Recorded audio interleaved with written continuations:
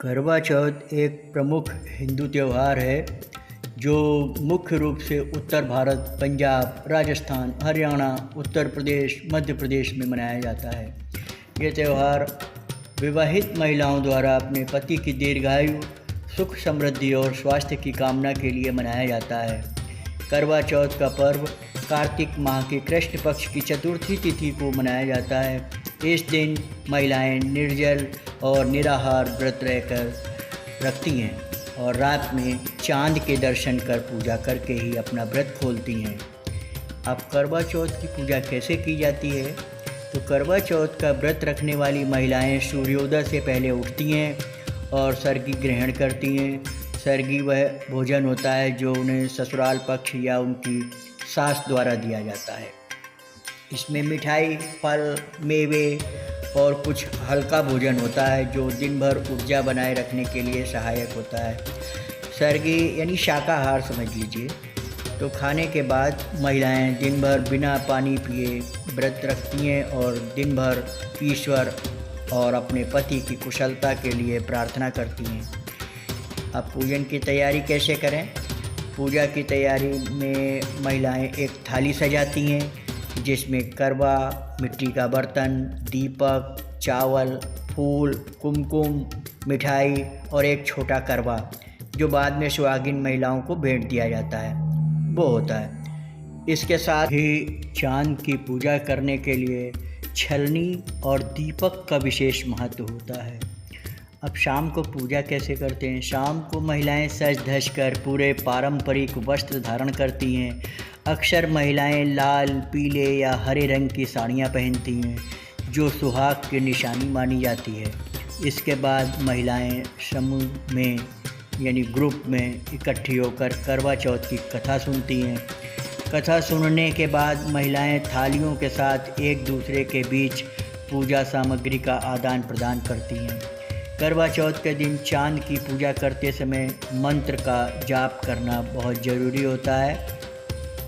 इस दिन चंद्रदेव को अर्घ्य देते समय ओम सोमाय नमः मंत्र का जाप करना चाहिए। ऐसा करने पर माता पार्वती की कृपा और आशीर्वाद दोनों मिलता है। अब चांद को देखने की कैसे रस्म पूरी की जाती है इसको समझें। रात के समय चांद निकलने पर महिलाएं चांद के दर्शन करती हैं। ये छलनी के माध्यम से पहले चांद और फिर अपने पति का चेहरा देखती हैं। इसके बाद अपने पति के हाथों से पानी पीकर व्रत का समापन करती हैं।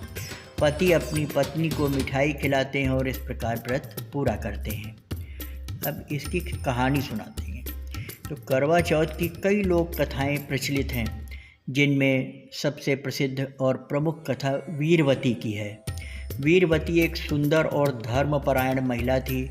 वो 7 भाइयों की अकेली बहन थी और उसकी शादी एक बहादुर राजा से हुई थी। शादी के बाद पहले करवा चौथ के दिन उसने व्रत रखा, लेकिन दिन भर बिना खाए पिए वह कमज़ोर हो गई। उसकी हालत देखकर उसके भाइयों को चिंता हुई और वे नहीं चाहते थे कि उसकी हालत और ख़राब हो। वीरवती के भाइयों ने उसकी कमजोरी देखकर एक योजना बनाई। उन्होंने एक पेड़ के पीछे जाकर छल से दीप जला दिया और बहन से कहा चांद निकल आया है। वीरवती ने भाइयों की बात मान ली और बिना चांद की पूजा किए अपना व्रत खोल दिया। जैसे ही उसने भोजन किया उसे बुरी खबर मिली कि उसका पति गंभीर रूप से बीमार हो गया है। इसमें वीरवती को बहुत दुख हुआ और उसने रात भर भगवान से अपने पति की सलामती की प्रार्थना की। उसकी भक्ति और सच्ची निष्ठा से देवी पार्वती प्रसन्न हुई और उन्होंने वीरवती को आदेश दिया कि वह सही तरीके से करवा चौथ का व्रत रखे। वीरवती ने पुनः करवा चौथ का व्रत विधि पूर्वक रखा और उसके पति को जीवन दान मिला। इस प्रकार करवा चौथ का व्रत अपने पति की लंबी उम्र और सुख समृद्धि के लिए महत्वपूर्ण माना जाता है। अब हम करवा चौथ से जुड़ी और कथाएं सुनाते हैं। करवा और यमराज की कथा, यानी इस कथा के अनुसार करवा नाम की एक स्त्री अपने पति के साथ नदी के किनारे रहती थी। एक दिन उसका पति नदी में स्नान कर रहा था, तभी एक मगरमच्छ ने उसे पकड़ लिया। करवा ने मगरमच्छ को कच्चे धागे से बांध दिया और यमराज से अपने पति के जीवन की रक्षा की प्रार्थना की। यमराज ने करवा की भक्ति और साहस को देखकर मगरमच्छ को यमलोक भेज दिया और उसके पति को जीवन दान दिया। इस प्रकार करवा का नाम इस व्रत से जुड़ा। अब एक हम आपको सत्यवान और सावित्री की कहानी सुनाते हैं। तो सत्यवान और सावित्री की कथा भी करवा चौथ से जुड़ी मानी जाती है। सावित्री ने अपने पति सत्यवान की अकाल मृत्यु का पूर्वाभास पाकर कठिन तपस्या की और यमराज से अपने पति के प्राण वापस ले लिए। सावित्री की दृढ़ निष्ठा और पति के प्रति समर्पण को देखते हुए ये कथा करवा चौथ के महत्व को दर्शाती है। इस एक महाभारत में भी कथा है। तो महाभारत के एक समय भी एक करवा चौथ का उल्लेख मिलता है कि कहा जाता है कि जब पांडव वनवास में थे तब द्रौपदी ने भगवान कृष्ण से अपने पति अर्जुन की रक्षा के लिए सलाह मांगी। तो कृष्ण ने द्रौपदी को करवा चौथ का व्रत रखने का सुझाव दिया जिससे अर्जुन की रक्षा हो सके। द्रौपदी ने व्रत रखा और पांडवों की रक्षा हुई। अब इसका क्या महत्व है? तो करवा चौथ का धार्मिक और सांस्कृतिक महत्व अत्यधिक है। ये केवल एक व्रत नहीं है बल्कि ये पति पत्नी के बीच प्रेम, विश्वास और निष्ठा को भी मजबूत करता है।